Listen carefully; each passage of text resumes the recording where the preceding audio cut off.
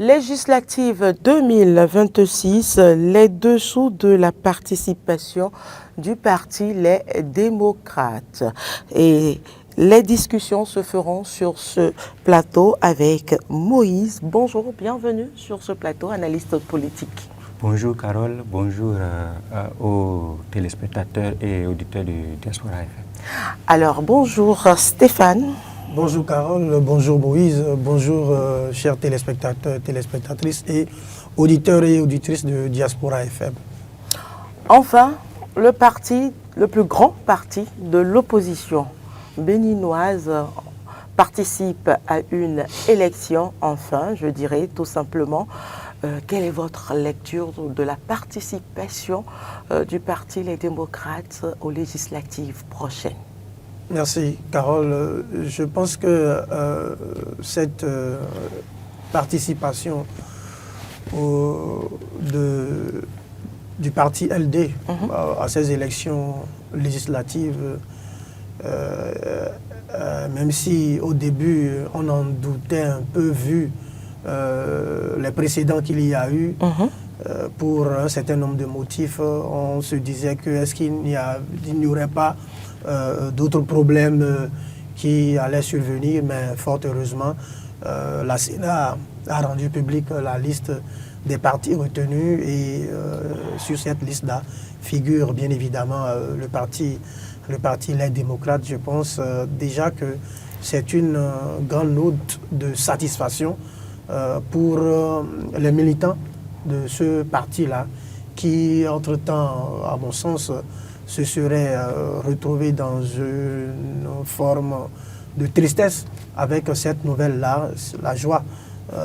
Ils retrouveront forcément la joie et c'est tant mieux, n'est-ce pas, donc pour notre démocratie. N'oublions pas que le parti LD est le parti le plus grand sur l'échiquier politique national et qui s'oppose frontalement aux actions de ce gouvernement, et donc voir que ce parti participe à ces élections législatives-là, ça montre, ça dénote, n'est-ce pas, donc, de la vitalité de notre démocratie et ça va permettre de faire jouer le jeu démocratique. Lorsque nous voyons un peu ce qui se dit ici et là, on se disait que puisque le parti LDA ne pouvait pas participer aux élections présidentielles, aux élections communales, est-ce que cela n'allait pas déteindre sur le taux, n'est-ce pas, donc, de participation? On en parlait d'ailleurs hier. On en parlait hier, et donc avec cette participation-là, certainement que cela va susciter un engouement au niveau des militants de ce parti qui étaient plus ou moins désespérés. N'oublions pas qu'en 2019, le parti avait été, n'avait pas pu participer à ces élections, et ça avait contribué à baisser sensiblement le taux de participation. En 2023, cela s'est amélioré, et avec la présence du parti LD au niveau de l'Assemblée, on a vu tout ce qui a été fait. Même s'ils étaient minoritaires, ils étaient présents, ils ont contribué au débat qui se faisait à l'Assemblée nationale. Et donc, avec leur participation, on espère que le jeu démocratique va se poursuivre à l'Assemblée nationale si véritablement ils mouillaient le maillot et se faisaient élire ou représenter. Donc c'est une note de satisfaction pour nous de les voir participer, et tant mieux pour la démocratie béninoise. Alors Moïse, je vous poserai autrement la question. Quels sont les enjeux majeurs qui expliquent la participation du Parti Les Démocrates aux législatives de 2026? Merci bien. Déjà, à la suite de mon confrère, je suis satisfait également de ce que le Parti Les Démocrates puisse prendre part aux élections législatives. Sur ce plateau, on en a longuement parlé, on a souhaité, ça a été le vœu de nous tous, tous les acteurs, les analystes qui sont passés par ici à chaque étape des différents processus pour les différentes élections, les différentes échéances. On a souhaité que les démocrates puissent prendre part aux élections. C'est arrivé maintenant et ça prouve en fait que effectivement les institutions sont vivantes et les institutions font leur boulot comme cela se doit. Et si vous êtes véritablement dans les normes légal, vous avez d'office la légitimité de prétendre à tout ce que vous avez envie ou bien vous devez, à tout ce à quoi vous avez droit.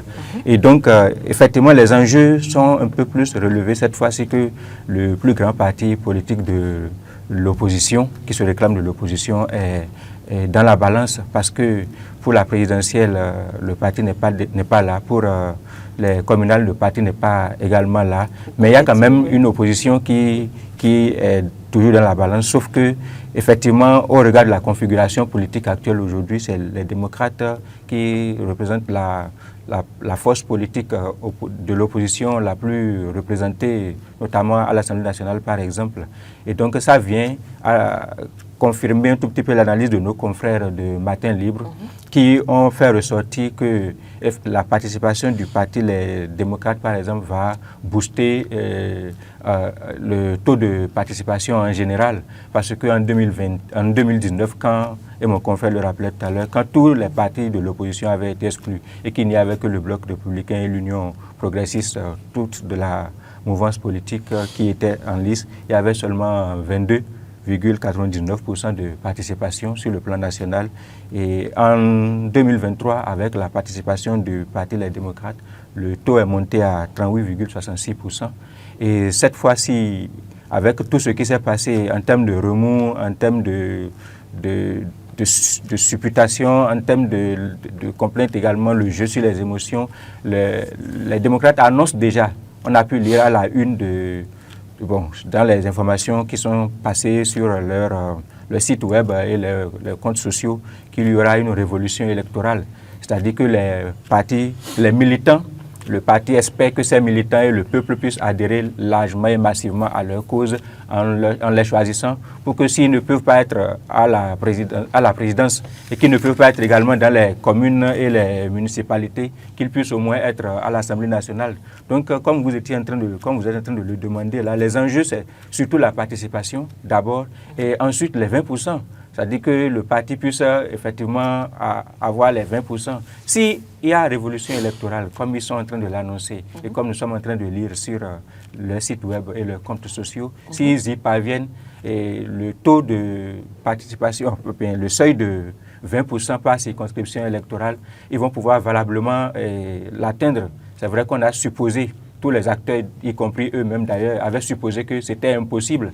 Mais rien n'est impossible quand la vie se prolonge, comme on dit. Et donc, le parti espère qu'il y aura une révolution électorale. Donc, on va s'attendre à ce qu'il y ait peut-être un fort taux de participation, pourquoi pas 60, 70, 80% de participation, pour que le parti puisse effectivement enlever les 20% par circonscription. On en a 24 en tout. Donc, dans les 24 circonscriptions électorales, si le parti a la possibilité d'avoir les 20% dans chaque circonscription électorale, c'est bien pour la démocratie. Et mon confrère Stéphane, il le disait si bien tout à l'heure, c'est tant mieux pour la démocratie béninoise. Cela va confirmer, dénoter de ce que, effectivement, notre pays se porte bien sur le plan démocratique et sur les autres plans d'ailleurs. Alors, Stéphane Arino-Rosso, dites-nous, est-ce qu'avec la participation du Parti Les Démocrates aux législatives prochaines, le parti peut redéfinir les rapports de force entre la mouvance et l'opposition? Je pense d'abord que pour redéfinir les forces en présence entre en fait, l'opposition et mouvance, il leur faut d'abord gagner le pari des élections. Et gagner le pari des élections, c'est gagner le pari des 20%. Et aujourd'hui... Mais est-ce possible? Oui, je pense que c'est bien possible. Parce que, qu'on le veuille ou pas, le parti LD a donné... toutes ces démissions, avec l'absence remarquable, ténor de ce parti politique. Allez-y, je vous le permets. Merci, merci Carole. J'en viens. C'est que aujourd'hui, le parti LD a donné la preuve de sa présence sur le terrain. Et un parti qui a réussi à obtenir 28 députés à l'Assemblée nationale, ce n'est pas un petit parti. Tout à fait. Donc, c'est un parti bien structuré. Et si il s'engage véritablement dans cette bataille politique, je pense qu'ils peuvent avoir les 20%. Maintenant, si nous voulons être réalistes, comme vous l'évoquez tout à l'heure, avec toutes les démissions qu'il y a eu, le réalisme politique devrait les amener à passer à l'accord de gouvernance. Parce qu'aujourd'hui, on sait tous que c'est pratiquement plus possible. C'est pratiquement plus possible. Et c'est là que je trouve qu'ils n'ont pas été totalement réalistes au niveau des choix qu'ils ont opérés. Parce que, voyez-vous, depuis quelques années, quel est ce parti politique au Bénin qui peut, avec assurance, nous dire qu'il peut avoir 20% par circonscription électorale? Si même les partis de la majorité présidentielle, sont passés aux accords et que FCBE est passé à l'accord, pourquoi le parti Les Démocrates se refuse de passer à cet accord? S'ils refusent de passer à cet accord, c'est parce qu'ils pensent qu'ils ont la capacité d'avoir les 20% par circonscription électorale. Et aujourd'hui, s'ils n'arrivent pas à nous donner la preuve que sans passer par les accords de gouvernance, ils peuvent avoir, n'est-ce pas, donc les 20%, il y a un problème. Il y a un problème. C'est pourquoi je disais tout à l'heure que mais même si c'est carrément impossible, je pense que si c'est une option encore envisageable, il faut y aller. S'ils n'y vont pas, c'est qu'ils ont maintenant l'obligation de mouiller le maillot. Sinon, ce serait comme si ils partent à la guerre et qu'ils sont conscients qu'ils ont déjà échoué à cette guerre-là. C'est pourquoi je dis, ils peuvent. S'ils pensent qu'ils peuvent aller sans les accords, ils peuvent avoir les 20%. Et ils doivent donner la preuve. Pourquoi? Je le dis parce que s'ils ne réussissent pas ce défi-là, c'est qu'ils vont donner la preuve qu'ils ont été un accident politique dans leur parcours. Pourquoi? Parce que le fait d'avoir été présent pour les dernières législatives à l'Assemblée nationale, avec tout ce qu'on a eu, etc., s'ils ne réussissent pas cette fois-ci à se faire représenter, c'est que le parti est mort. S'ils n'arrivent pas à se faire représenter à l'Assemblée nationale, donc à franchir la barre, n'est-ce pas, donc des 20% par circonscription. FCBE, par le passé, oui, n'a pas pu faire cette prouesse-là, oui, n'a pas pu réaliser cette prouesse dont vous parlez, oui, mais il n'en demeure pas moins que le parti existe toujours. Oui, le parti existe toujours, mais nous savons le poids que le FCBE représente. Soyons clairs sur les choses. Nous savons le poids que FCBE représente. Et c'est d'ailleurs conscient de leur poids que FCBE a été obligé de passer à l'accord de gouvernance pour se donner un certain tonus. Sinon, FCBE, plus ou moins, était déjà un parti totalement fragilisé. FCBE n'avait pas un certain poids politique sur le terrain comme LD. C'est l'accord de gouvernance qui donne un certain tonus au parti FCBE aujourd'hui. Et si LD ne passe pas à cet accord, LD risque de devenir... De mourir. De mourir, peut-être pas, mais de devenir un parti totalement fragilisé. Donc, l'enjeu pour LD aujourd'hui, c'est de tout faire. S'ils estiment que sans les accords, parce que moi je pense que sans les accords, ils ne peuvent pas aller loin.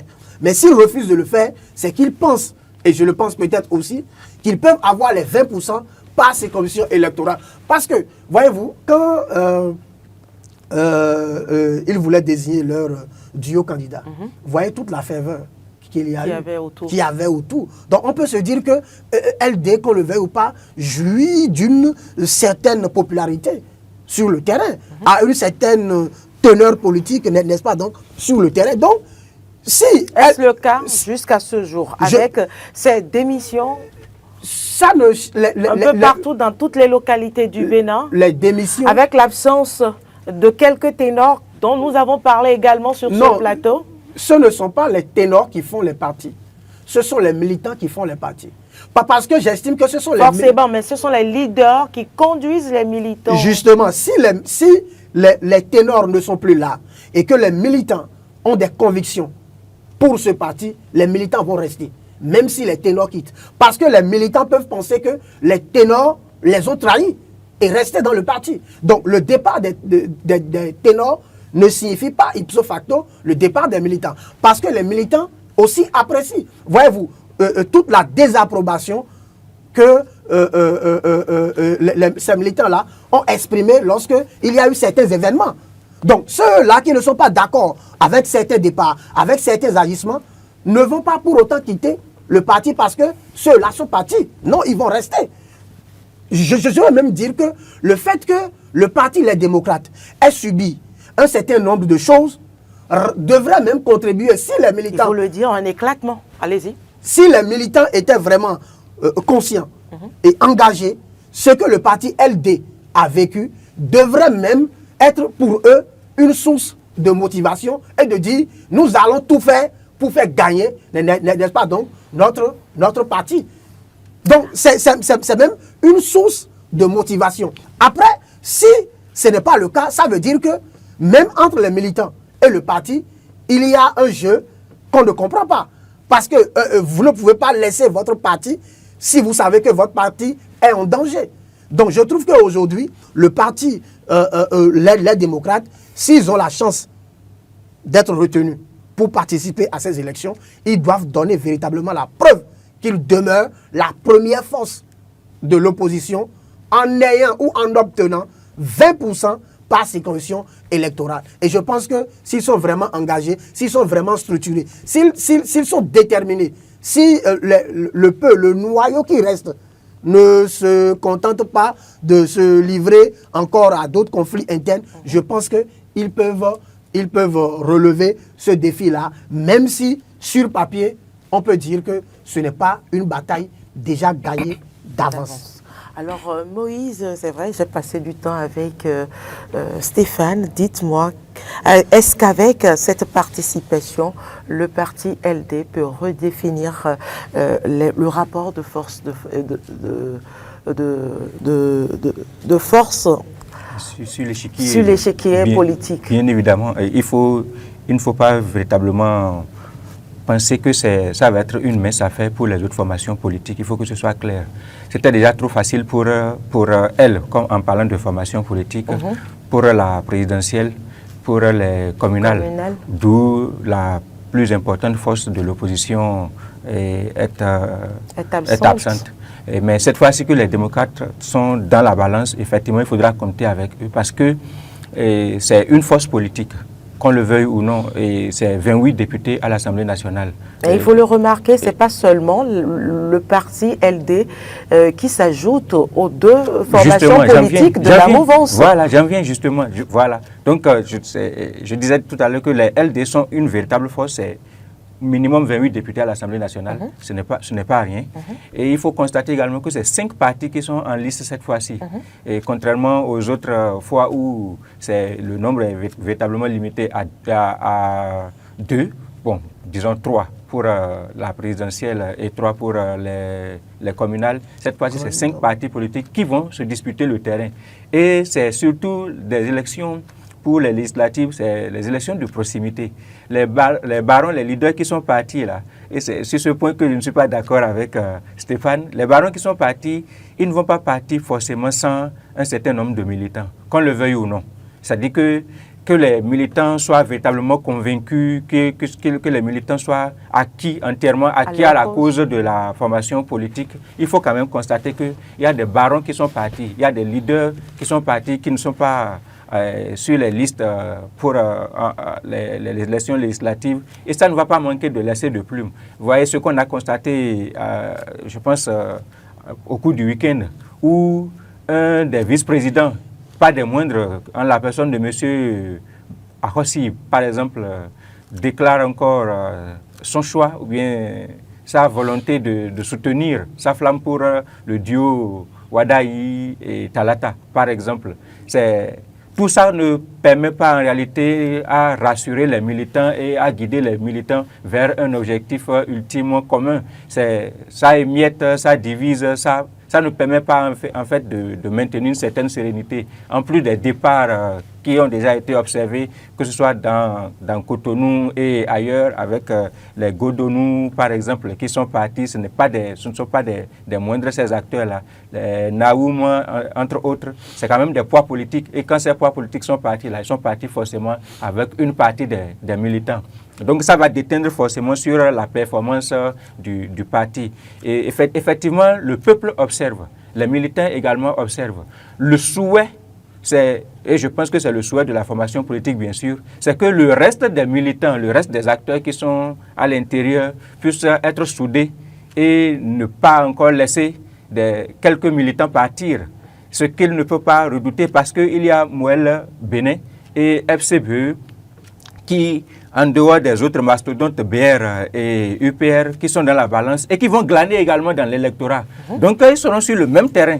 Ils iront convaincre la même population. Tout à fait. Et dans notre contexte où les militants et les partis politiques ne drainent pas forcément le monde sur la base des idéologies et que c'est sur la base des intérêts à la fois pour les leaders et pour les citoyens lambda à l'intérieur des communautés, vous voyez, il va être très difficile que les autres formations politiques également ne drainent pas du monde. Et mon confrère faisait observer tout à l'heure que FCBE, par exemple, n'a pas beaucoup d'ancrage. Mais il ne faut pas oublier que FCBE a des élus à l'intérieur des communes et des municipalités. Et donc, on ne gagne pas des élus sur coup de tête. Ils ont dû avoir un certain nombre d'ancrages, tout au moins dans certaines localités d'abord.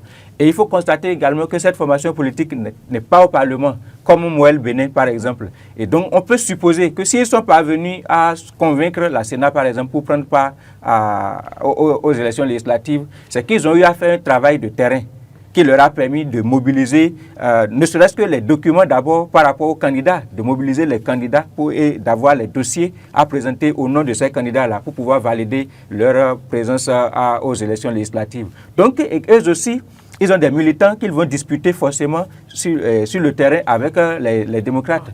Donc, l'ensemble des formations politiques vont avoir du pain sur la planche, comme on dit. Il y a d'enjeux, il y a véritablement un jeu. Sur la planche. Justement. Ils doivent ramener le pain sur la planche. Allez-y. Et donc, il y a véritablement un jeu. Ça ne va pas être du pain béni. Les gens ne vont pas pouvoir s'en sortir facilement s'ils ne mouillent pas le maillot sur le terrain. Donc, ce n'est pas gagné pour aucune des formations politiques, à mon avis. Ce n'est pas gagné d'avance pour aucune des formations politiques. Même l'UPR, l'ogre, qui est véritablement la plus puissante formation politique, va devoir batailler dur au milieu de tout ce qu'il y a comme enjeu, tout ce qu'il y a à aller chercher dans les mêmes communautés, avec les mêmes citoyens, les mêmes populations. Donc toutes les formations politiques ont besoin véritablement d'être sur le terrain. Et ça va être bien pour la démocratie. On va pouvoir écouter ce que les différentes formations politiques proposent.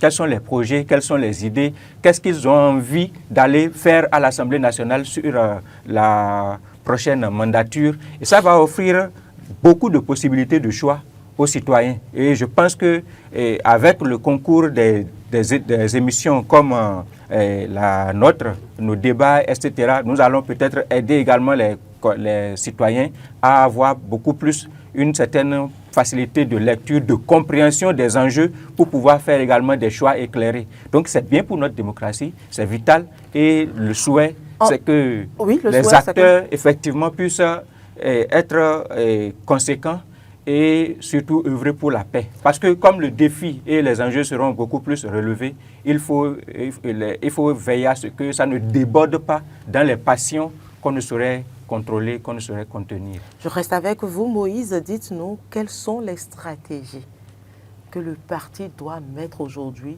concrètement en œuvre face à toute cette réalité pour atteindre son objectif? Je pense que le moment de dénonciation, le moment de récrimination, le moment de réclamation, de reproche, de suspicion est passé. Pour moi, et je ne sais pas si je suis très indiqué pour leur donner des leçons, ce n'est pas de leçons, mais ce sont des lectures. Pour moi, ce n'est plus le temps de véritablement s'attarder sur les complaintes, sur les futilités, sur les douleurs, etc. Il faut véritablement aller vers les électeurs. Il faut mobiliser massivement les électeurs. Il faut expliquer les idées, les projets que le parti a envie de mettre en œuvre, a envie de défendre à partir du Parlement. Donc il faut aller convaincre l'électorat à porter son choix sur les représentants, les leaders qui sont sur la liste pour le compte du parti, bien évidemment, à pouvoir voter pour la formation politique et que le parti également puisse ne pas perdre de vue qu'il y a 20% à enlever dans chaque circonscription électorale.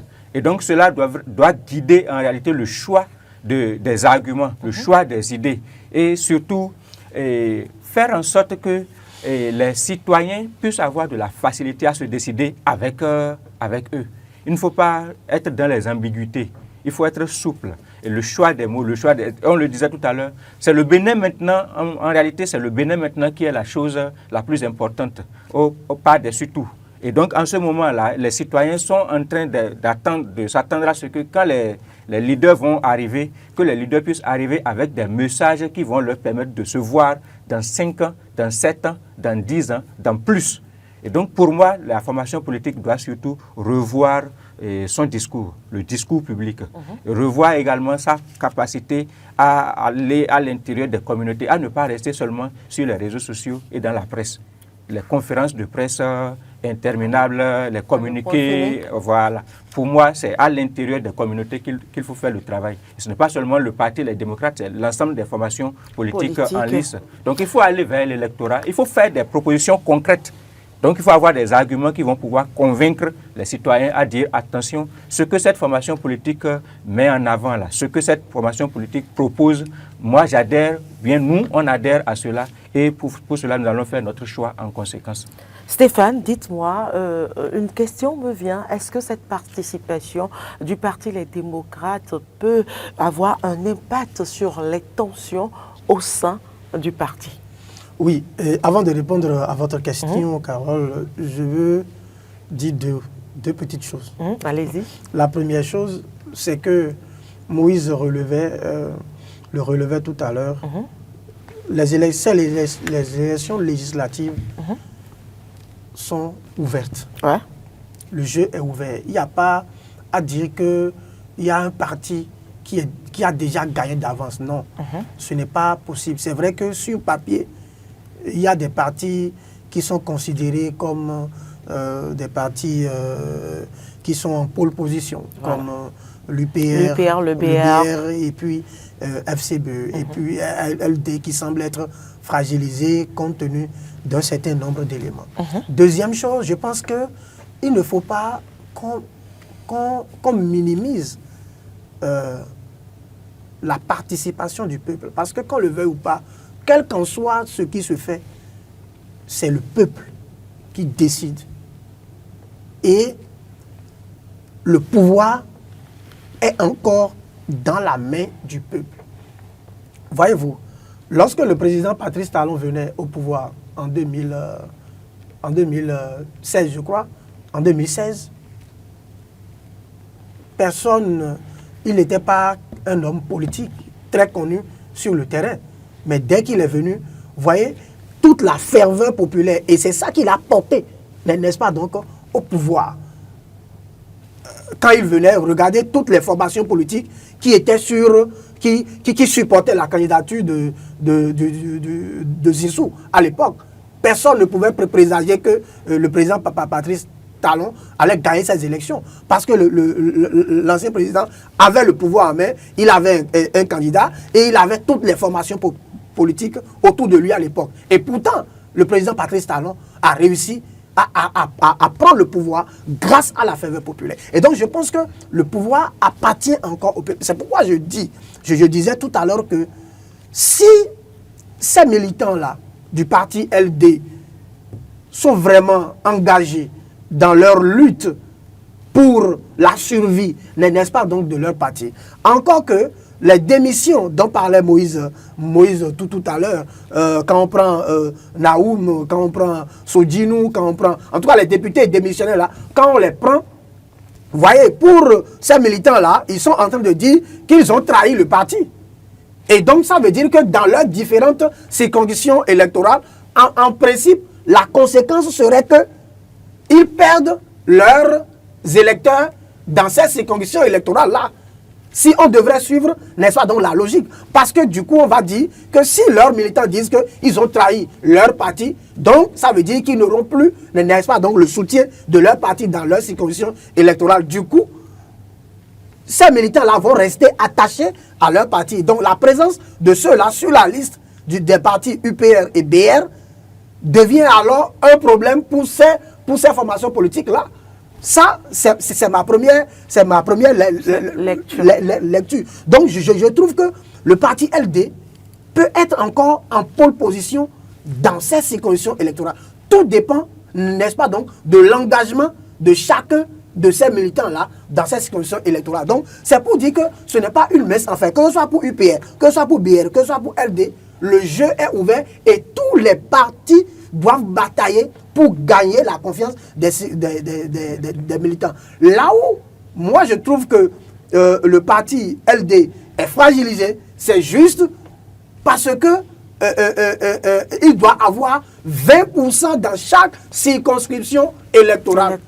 C'est ça la difficulté. Et c'est pourquoi je ne comprends pas pourquoi ils n'ont pas eu la présence d'esprit ou l'humilité politique nécessaire pour passer à l'accord de gouvernance. Ce qui va leur permettre de se positionner tout au moins et de réduire cette question de 20% par ces conditions électorales. Sinon, le jeu est ouvert et le parti peut faire fort quoi qu'il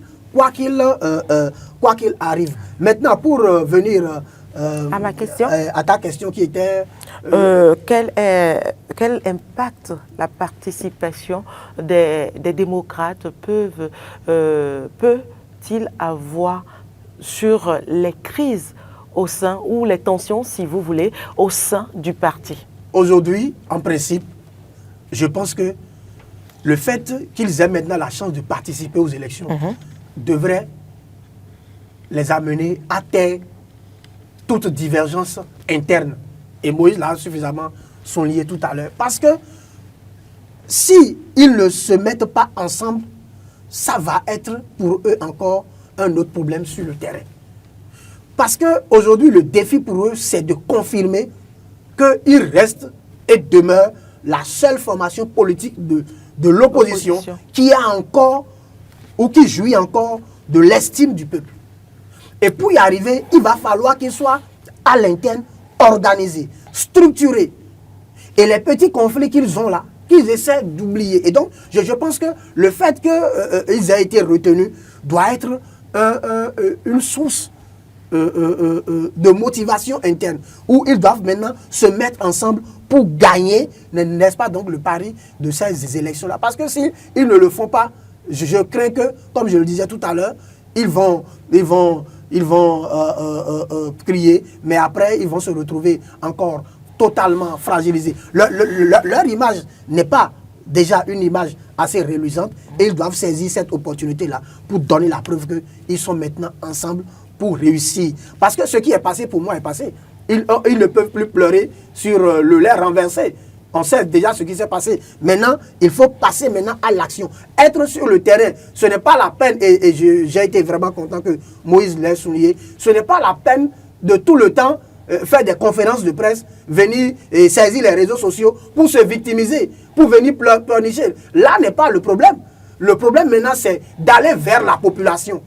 D'aller vers la population, rester soudé et d'aller vers la population, suffisamment communiquer pour expliquer l'enjeu de ces élections-là et à la population. S'ils ne le font pas, et s'ils viennent seulement à la télé ou sur les réseaux, pleurnicher, jouer à la victimisation, les autres formations politiques vont gagner du terrain.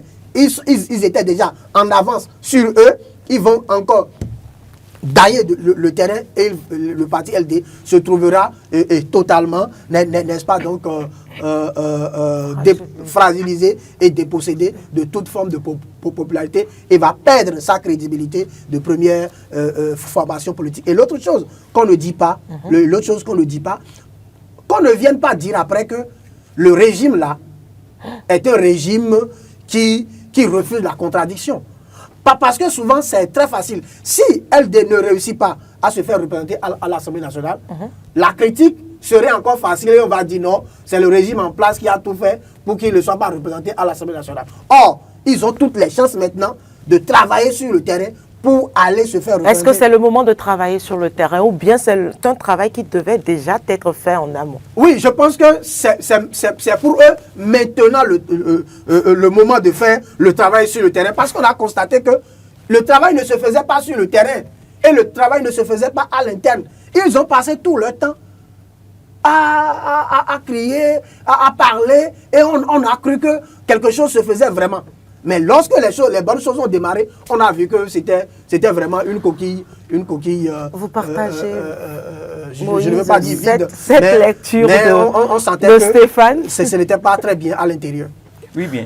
Quel impact la participation aux législatives prochaines du parti Les Démocrates pourrait avoir au sein de ces tensions, au sein de toutes ces crises que nous avons observées au sein du parti? D'abord, pour les militants, ça ramène un peu de joie au cœur des militants. Et sur ce plateau, on le disait que la participation des démocrates à une élection législative, aux élections législatives, tout au moins, va tout petit peu donner de baume au cœur des militants de cette formation politique qui ont attendu tout le temps de pouvoir s'exprimer dans les urnes, et que malheureusement les leaders, et c'est en cela que je rejoins mon confrère Stéphane, c'est-à-dire que les leaders n'ont pas aidé les militants à être sereins, à être tranquilles à travers leur querelle, leur guerre de leadership, leur querelle personnelle, les intérêts que les uns et les autres se disputaient entre eux. Ils n'ont pas permis aux militants en réalité d'avoir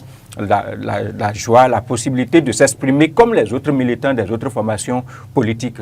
Et donc le fait de participer, normalement, ça amène un peu de joie, d'abord pour les militants, et après, on peut espérer que cela puisse aider à souder le peu qui reste, le noyau qui reste en ce qui concerne les cadres. Par exemple, dans la prise de parole au moment de recevoir le récépissé définitif, par exemple, à la Sénat pour la participation, bien sûr, aux élections, j'ai pu découvrir de nouveaux visages. De nouveaux cadres sont apparus pour prendre la parole, pour s'exprimer.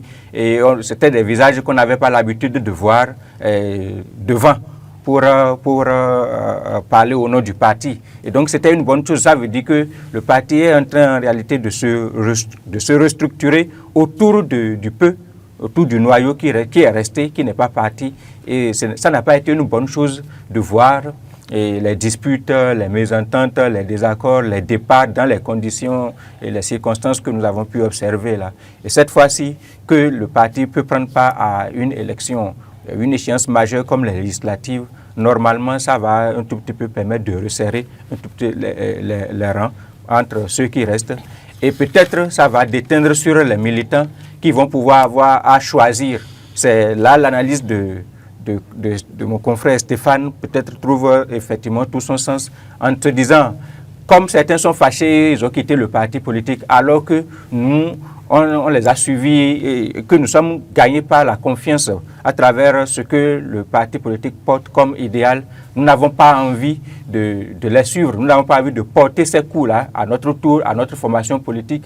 Donc nous allons les désavouer par le choix massif à ceux qui sont restés fidèles à la cause et aux idéaux du parti, et que la présence des leaders qui sont partis sur d'autres listes, notamment les listes de l'UPR et du UBR par exemple, pourraient peut-être devenir encore des problèmes pour ces formations politiques-là, parce que les militants ne vont pas suivre comme cela se doit. Voilà qui vient crédibiliser tout ce processus électoral Bien entamé évidemment. depuis des mois. Oui, et heureusement, nous avons été quand même sur ce plateau particulièrement, nous avons été quand même très souvent et en général lucides sur le sujet. On a souvent dit ici que si les formations politiques remplissent les conditions, il n'y a pas de raison qu'ils ne prennent pas qui ne participent pas aux échéances électorales. C'est parce que les formations politiques n'ont pas été en mesure, et tout le désordre qu'on a observé par exemple au sein les démocrates, cela ne leur permettait pas en réalité de prendre part à une échéance électorale. Ça veut dire qu'il y a eu de l'impréparation.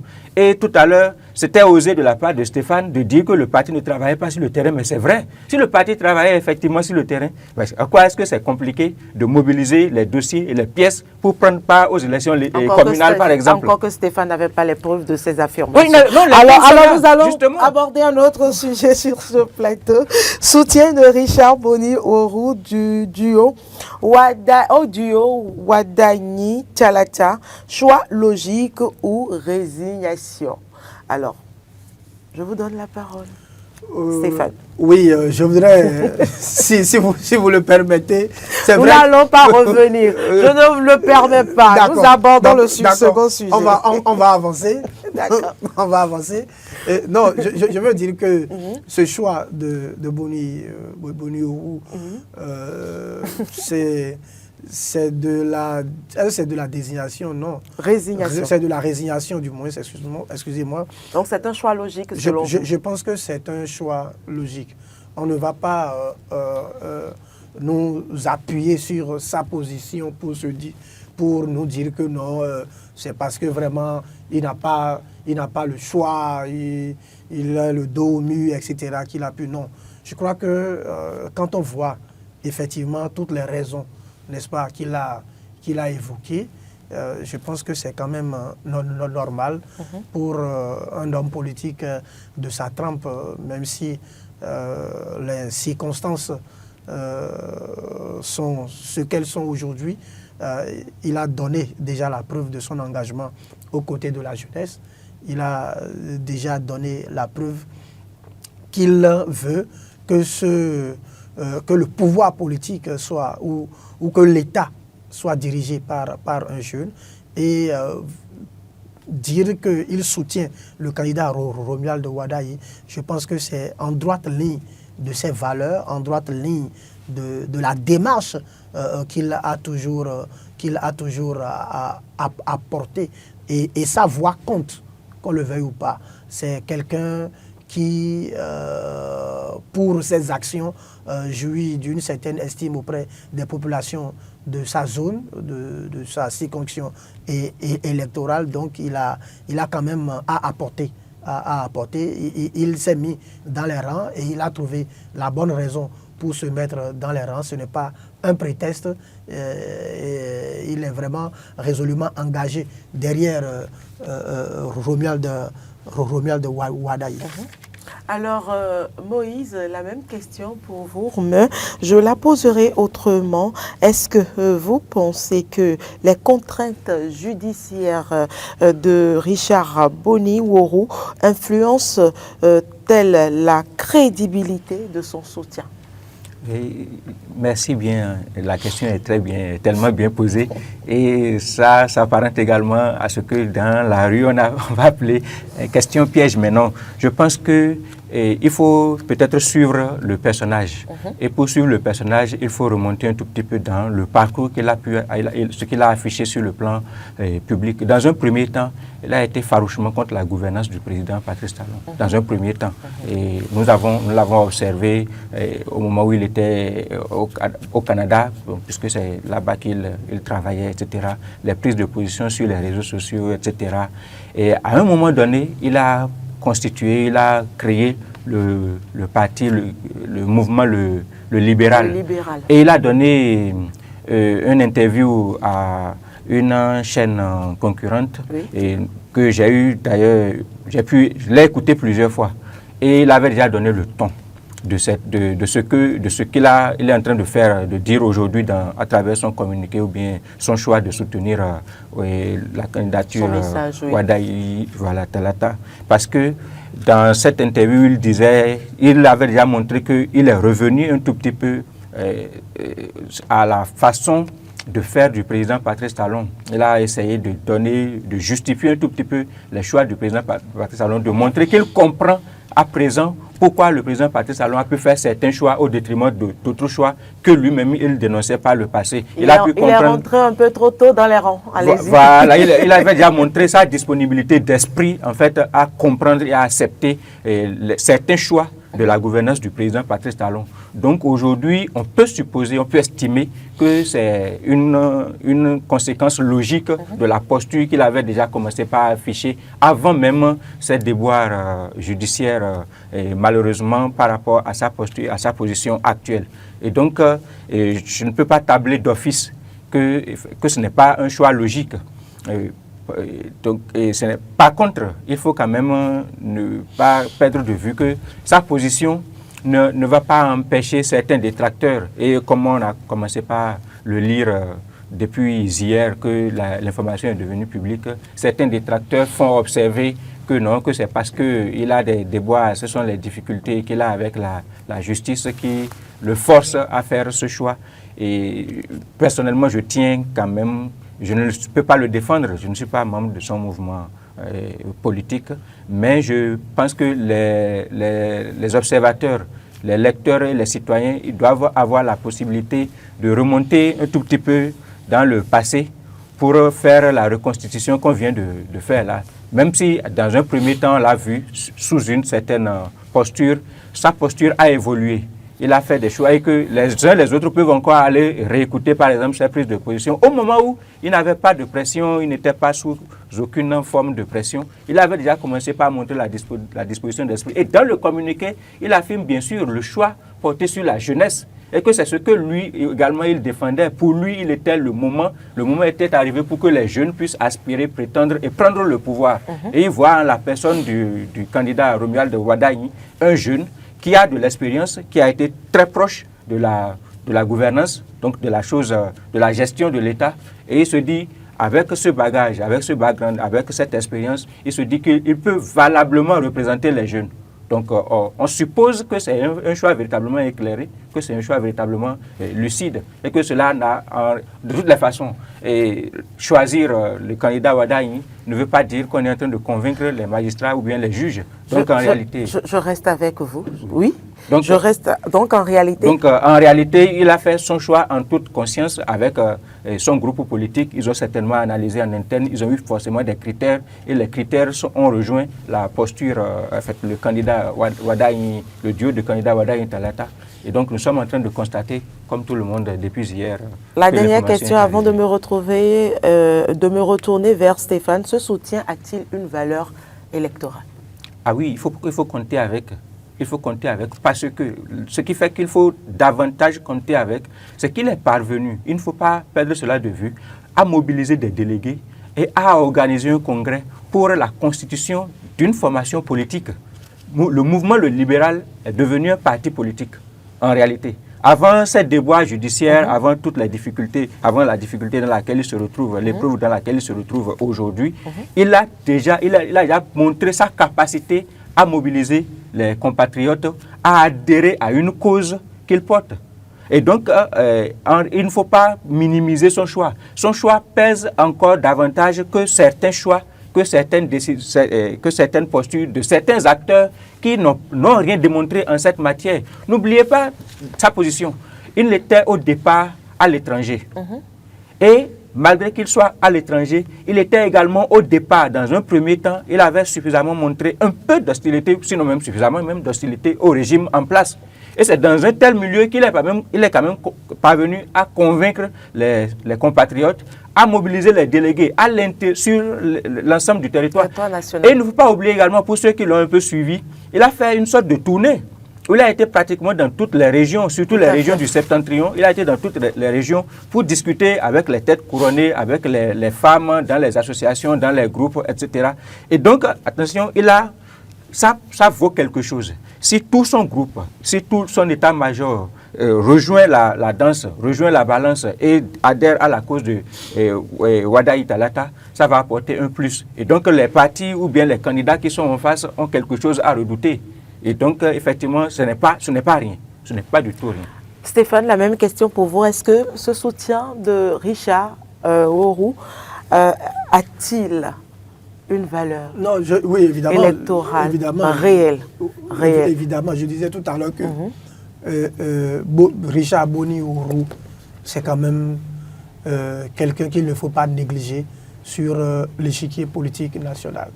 même s'il n'y a pas vraiment longtemps qu'il s'y investit, on a quand même constaté qu'il a posé des actions de qualité. C'est pourquoi tout à l'heure je disais qu'il y a quand même des actions sociales qu'il a pu mener qui font qu'il jouit d'une certaine popularité, d'une certaine notoriété auprès des populations. Il n'est pas n'importe qui, qu'on le veuille ou pas, même si sa situation est ce qu'elle est aujourd'hui.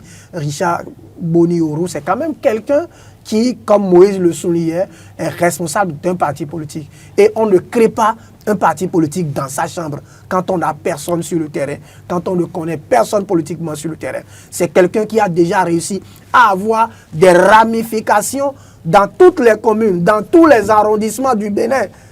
Donc, c'est quelqu'un, quand il dit, il claque du doigt, il y a quand même des populations qui sortiront dans les 77 communes du Bénin. Donc, il n'est pas n'importe qui. On ne peut pas considérer cette déclaration-là comme un acte anodin. Et puis, en politique, qu'on le veuille ou pas, il n'y a pas déjà assez pour qu'on en reçoive encore. La politique, c'est la logique de l'addition. Même si vous avez 1000, si un seul vient, il contribue à quelque chose parce que vous pouvez échouer à une élection à une voix près. Hein. Vous pouvez échouer à une élection à une voix près. Donc, il n'y a pas à minimiser un ralliement, une déclaration de soutien. Tout compte. Tout compte. Et puis, quand les gens disent qu'avec tout ce que Wada y a, déjà autour de lui, lui là, il va apporter quoi? Ne considérez pas la candidature de Paul Rompin et de son colistier comme une candidature de faire valoir. Non, hein? Non, Paul Rompin peut créer un effet surprise. Il peut créer un effet surprise. Parce que ce que les gens ne comprennent pas là, ceux qui ont été déçus du fait que LD n'ait pas été positionné pour participer aux élections, peuvent décider comme ça d'aller vers Rompin. Donc Rompin peut bien faire l'affaire pour l'opposition. Je suppose même que le LD décide d'avaler son orgueil. Et en sourdine, comme on le dit là, travaille à donner des voix à Rompin. Vous pensez que Rompin ne va pas faire effet? Il va faire effet. Donc, il n'y a pas à minimiser un ralliement au candidat Romuald Wada. Ensuite, je voudrais finir pour finir cette intervention. Je voudrais dire qu'on ne peut pas prétester de la position de quelqu'un pour juger de sa déclaration. Parce que, en fait, là où Richard Boni Oro est aujourd'hui, là, c'est pas ses idées qui sont dans cette situation-là. Non, il a encore toute sa lucidité. Et c'est quelqu'un, s'il a pu s'opposer pendant des années à un régime et qu'il a délibérément, de son propre chef, décidé de se rallier alors qu'il n'était pas encore dans cette situation, je ne vois pas pourquoi aujourd'hui, quand il dit qu'il apporte sa caution, on va dire non, c'est à cause de sa situation. C'est pas parce qu'il a décidé d'apporter sa caution à un candidat que les juges vont dire ok, demain, sortez-le. Hein. Merci Moïse. Il est dans une procédure. Merci, la procédure ira à sa fin. Donc, je le dis parce que c'est très important. Difficile de vous arracher la parole. Il ne faudrait pas que les gens disent, bon, ok, ceux-là, toujours, ils ont l'habitude de soutenir ceux qui sont dans le sens du gouvernement. Quand c'est une réalité, il faut pouvoir la décrire telle qu'elle est. Merci. Merci, Carole. Je vous ai quand même laissé finir. J'ai eu la patience de le laisser aller au terme de ses propos.